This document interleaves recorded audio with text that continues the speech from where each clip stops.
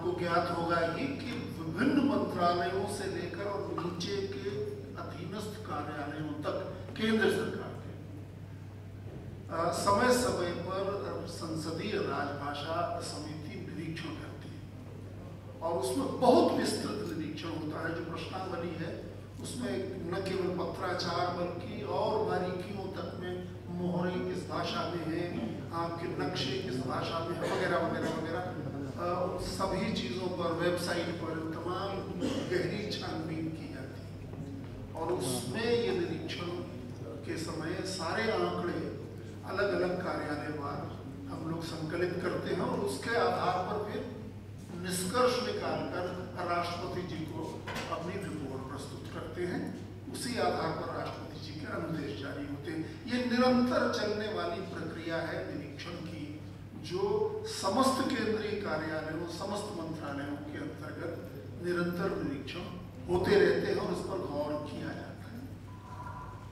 जी, मैं राकेश कपूर बोल रहा हूँ।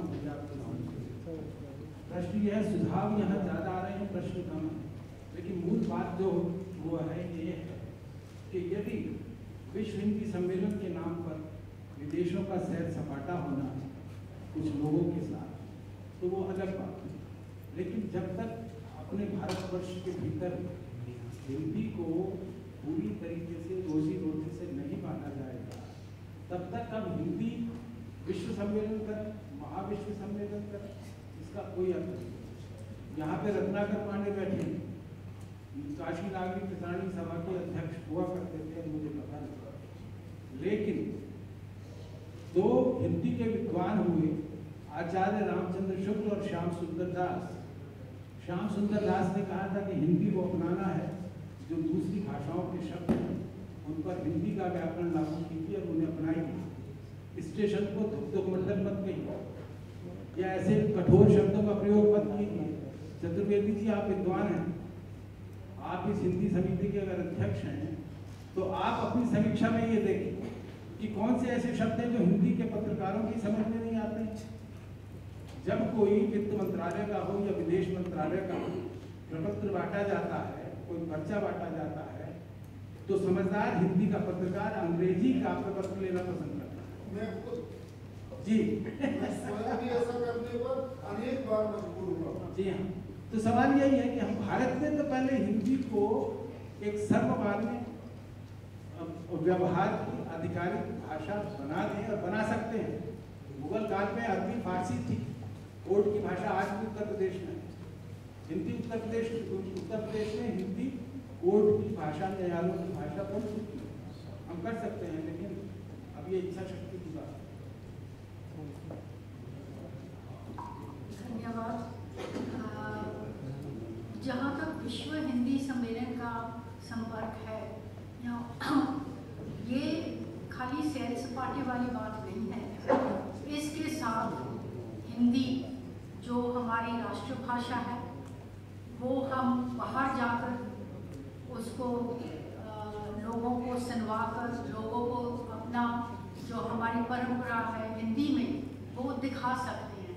और इसी में जहाँ जहाँ हम अब तक हमने विश्व हिंदी सम्मेलन किए हैं, वहाँ इसलिए किए हैं कि वहाँ हमारा जो भारत का डायस्पोरा है वो बहुत है, उसके साथ तालमेल होती है।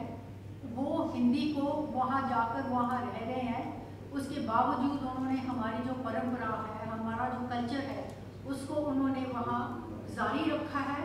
और उनके लिए ये बहुत एक महत्वपूर्ण चीज़ है कि वो ऐसे सम्मेलन में भाग लें, उनका हम सम्मानित करें और वो आगे हिंदी को और अपनाएं और हिंदी आगे बढ़े। ये एक हिस्सा है हिंदी राष्ट्रभाषा को आगे ले जाने के लिए। यहाँ की जो पॉलिसी है वो अलग है, वो आप भी जानकारी दिया और चतुर्वेदी जी ने बहुत बढ़िया तरीके के साथ ये सबको बताया है। धन्यवाद। मेरा सवाल है आप दोनों से, आप दोनों कांग्रेस के बड़े नेता हैं, साथ बनती है। जो सवाल यहाँ था कि जो मंत्रालयों के जो नोट्स आते हैं, मंत्रालयों की प्रेस रिलीज आती है, उसके अलावा जो हम संसद की बात करते हैं, तो संसद में जो जवाब आते हैं उसकी भाषा भी कुछ इस तरह की होती है कि वो समझ से बाहर होती है। मैं आपसे रिक्वेस्ट करना चाहूँगा कि आप वरिष्ठ सांसद भी हैं कि आप इस सवाल को संसद के भीतर उठाएंगे कि कम से कम जो आम बोलचाल की भाषा है, जिसको समझते हैं लोग, जिसको लिखा जाता है अखबारों में, अखबार में लोग लिखते हैं, सीधी में लोग लिखते हैं, तो कम से कम उस भाषा में जवाब मिले। आंकड़े तो खैर गणित का हिस्सा है, तो आंकड़े कैसे रहेंगे। तो आपसे मेरा एक रिक्वेस्ट है आप लोगों से। अगर आपका ये सुझाव है तो मुझे पूरी तरह हार्दिक रूप से स्वीकार है और मैं निश्चित रूप से इसको जिस मंच पर संभव होगा या जहाँ उपयोगी होगा वहाँ उठाऊंगा ही और उठाता रहा। उपाध्यक्ष होने के नाते राजभाषा संसदीय समिति के पिछले 3 वर्षों 4 वर्षों में जब तक मैं उस जिम्मेदारी में था, संभवतः कोई भी भारत का ऐसा कार्यालय नहीं होगा जहाँ पर मैं निरीक्षण में गया हूँ और मैंने इस बात को जोर देकर न कहा हो कि जो आम बोलचाल की भाषा हिंदी की हम जो इस्तेमाल करते हैं उसी भाषा में लिखिए पढ़िए। इसको संस्कृताइज्ड करने की कोई जरूरत नहीं है। वो सबसे बड़े दुश्मन हैं हिंदी के, जो शुद्धतावाद के नाम पर हिंदी को इतना क्लिष्ट बना दें कि जो सर के ऊपर से गुजर जाए, किसी के पल्ले न पड़े। मैं खुद ये स्वीकार करता हूँ, न केवल सरकारी कर्मचारी सरकारी कार्यालयों के प्रपत्रों में बल्कि संसदीय प्रपत्रों में बिल्कुल दुरुस्त कहा आपने। अनेक बार उन प्रपत्रों की हिंदी समझने के लिए मुझे अंग्रेजी के उनके प्रपत्रों को रेफर करना पड़ता है, तब मैं वो हिंदी समझ पाता हूँ। अगर ये मेरी दशा है तो आप कल्पना कीजिए जिसकी हिंदी बहुत मजबूत नहीं है उसकी दशा क्या होती है। तो वो आदमी तो हिंदी से चढ़क जाएगा, दूर जाएगा। हिंदी को सरल, स्वाभाविक और सहज बनाने की जो चेष्टा हो सकती है वो हर स्तर पर होनी चाहिए।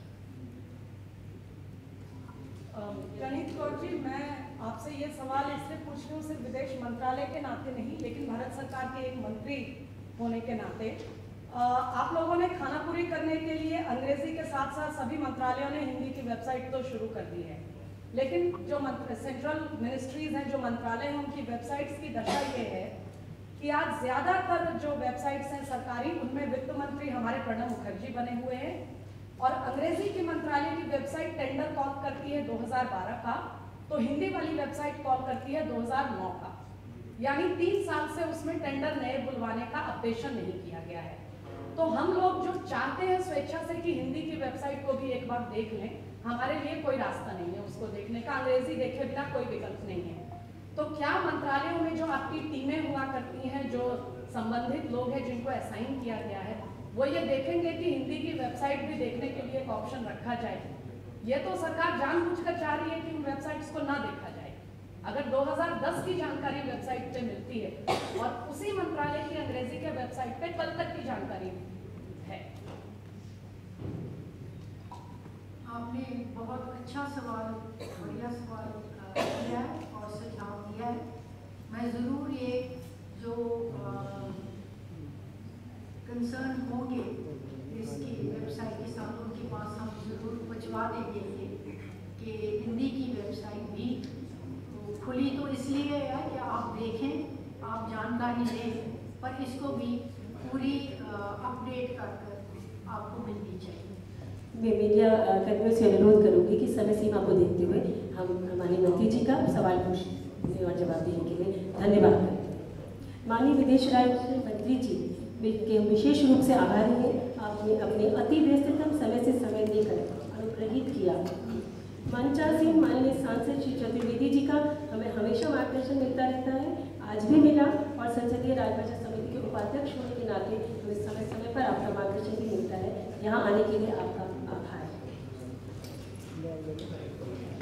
सचिव पश्चिम, विदेश सचिव प्रशासन श्री तोमर जी और संयुक्त सचिव प्रशासन श्री बुद्धल जी के विशेष आभारी हैं, जिनके निरंतर कुशल मार्गदर्शन में हमें इस आयोजन को दिशाहीन और सफलतापूर्वक अंजाम दिया जा सका। मीडिया कर्मियों के विशेष रूप से आभारी हैं, जिन्होंने यहाँ पहुँचकर इस कार्यक्रम को सार्थक बनाया। एक्सपी प्रभाग, पीडी प्रभाग, प्रोटोकॉल हैदराबाद हाउस के कार्मिकों का हम अत्यंत आभारी हैं, धन्यवाद करते हैं। समारोह में उपस्थित माननीय हमारी संचालन समिति के सदस्य, जो इस सम्मेलन की संचालन समिति के सदस्य हैं, और अन्य उपस्थित सभी गणमान्य अधिकारियों, कर्मचारियों, राजभाषा विभाग से आए सचिव, संयुक्त होने का भी हार्दिक धन्यवाद करती हूँ। इसके अतिरिक्त मंत्रालय की हिंदी शाखा के सभी अधिकारियों और कर्मचारियों के अथक प्रयासों से इस कार्यक्रम को सफल बनाया जा सका, उनका भी धन्यवाद करती हूँ। और अब कार्यक्रम को इतिश्री होते हुए इस हॉल के साथ ही 12 हॉल में सभी को जलपान हेतु सादर निमंत्रण।